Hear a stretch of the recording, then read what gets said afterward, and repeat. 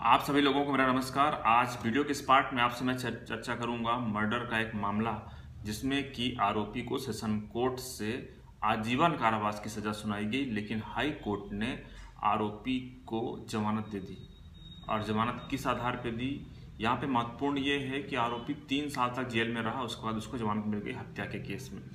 अब हत्या के केस में अगर किसी व्यक्ति को आजीवन कारावास की सजा हो चुकी है कोर्ट से, तो उसको किस आधार पर जमानत मिल सकती है, मैं आपको ये एक केस के माध्यम से समझाऊंगा, जो कि रिसेंटली ये जजमेंट आया है। मद्रास हाई कोर्ट का जजमेंट है, 18 अक्टूबर 2023 को जजमेंट ये सुनाया गया है। इस मामले में भी आरोपी के खिलाफ हत्या का आरोप था, अपराध प्रमाणित हुआ, आरोपी को आजीवन कारावास की सजा सुनाई गई सन 2020 में। लेकिन जब उसने अपील किया, अपील की सुनवाई के दौरान उसको जमानत दे दी गई। अब ये मामला किस प्रकार से था, जमानत किस आधार पर दे दी गई, जमानत आपको कब लगाना चाहिए, सारे मुद्दे आपसे मैं इस वीडियो के माध्यम से आपको मैं इस बारे में चर्चा करूंगा। तो साथियों देखिए, अगर कोई मान लीजिए कोई अपराध होता है और गंभीर अपराध होता है, तो सबसे पहले तो क्या होता है, मान लीजिए हम 302 के मामले की चर्चा करें, तो 302 के मामले में अगर मान लीजिए किसी व्यक्ति ने कोई अपराध किया है, तो जैसे ही अपराध होगा, अपराध के तत्काल बाद पुलिस गिरफ्तार कर लेती है और उसके बाद फिर आपको बेल लगानी पड़ती है, और कई बार फिर आपको बेल मिल जाती है, उसके बाद आप बाहर आ जाते हैं। तो कई बार लोगों को गलतफहमी होती है कि हम तो एक बार जेल जा चुके हैं, हमको दोबारा जेल नहीं जाना है, लेकिन ये गलतफहमी है, आपको ये गलत है, ऐसा नहीं होता है। देखिए, आपको शुरुआत में जो जेल भेजा गया था वो इसलिए भेजा गया था कि आप गवाहों को प्रभावित ना करें, इन्वेस्टिगेशन को प्रभावित ना करें, पुलिस को सहयोग करें, उसके लिए आपको जेल भेजा गया था, या फिर गंभीर अपराध इसलिए आपको जेल भेजा गया था। लेकिन जब आप जमानत पे बाहर आ गए, उसके बाद आपका केस चला। अब केस चलने के बाद आपके खिलाफ जो आरोप था उसको प्रमाणित पाया गया कि आपने अपराध किया है, तो फिर आपको उतनी ही सजा सुनाई जाएगी जितना कि कानून में लिखी है। 302 के केस में आजीवन कारावास या फिर फांसी की सजा होती है। तो इस मामले में क्या हुआ था कि जो आरोपी था, आरोपी के खिलाफ ये आरोप था कि एक ऑटो ड्राइवर था जिसने कि आरोपी से 1000 रुपये उधार लिए थे, और उस 1000 रुपये के लेन देन के लिए इन दोनों के बीच वाद विवाद हुआ करता था।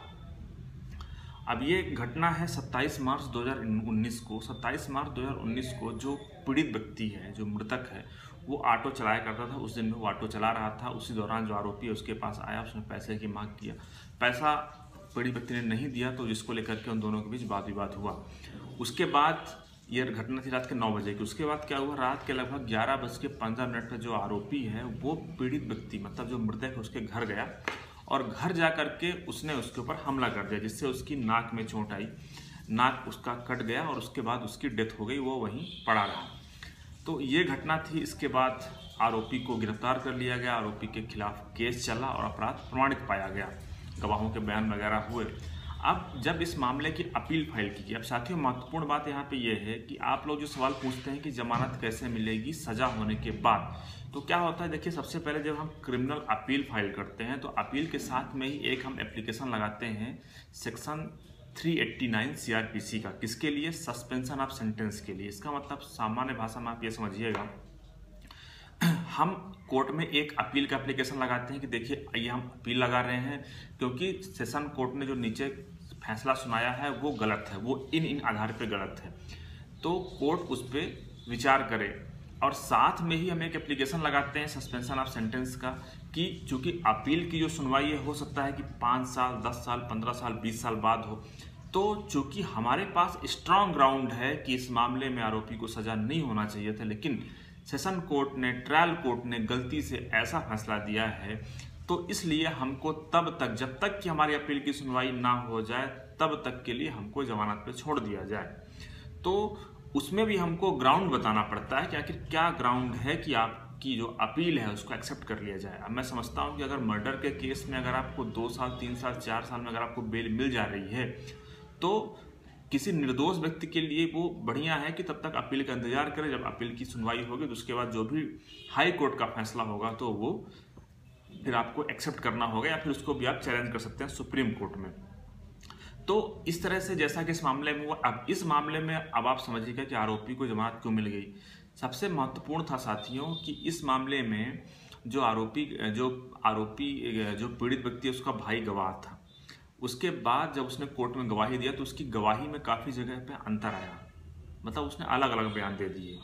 कहीं उसने बोला कि इन दोनों के बीच दुश्मनी थी, कहीं उसने बोला कि उसी दिन इन लोगों के बीच घटना हुई, कहीं पर उसने टाइम को लेकर कुछ बताया।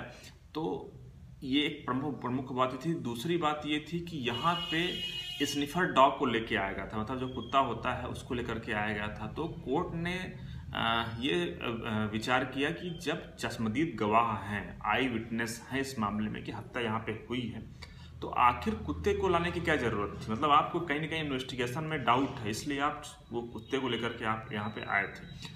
तो कोर्ट ने इस आधार पर आरोपी को इस मामले में बेल ग्रांट कर दिया। तो आप साथी समझ गए होंगे कि अगर कोई इस प्रकार का गंभीर मामला है और कोई निर्दोष व्यक्ति उसमें फंसा हुआ है तो उसकी कहानी में कहीं ना कहीं डाउट जरूर होगा, गवाहों के बयानों में कहीं ना कहीं डाउट होगा, पुलिस की जांच में कहीं ना कहीं डाउट होगा। तो उसमें अगर आप कुछ कमी निकाल लेते हैं, कानून के हिसाब से कमी आपको निकालना है, तो उस कंडीशन में आपको बेल मिल सकती है, जैसा कि इस मामले में हुआ। इस मामले में आरोपी को बेल ग्रांट कर दी गई जब तक कि अपील पेंडिंग है। तो कई बार अपील की सुनवाई में काफ़ी लंबा वक्त लगता है। तो मुझे उम्मीद है कि हमने आपको जो शेयर किया आपके लिए यूजफुल होगा। धन्यवाद।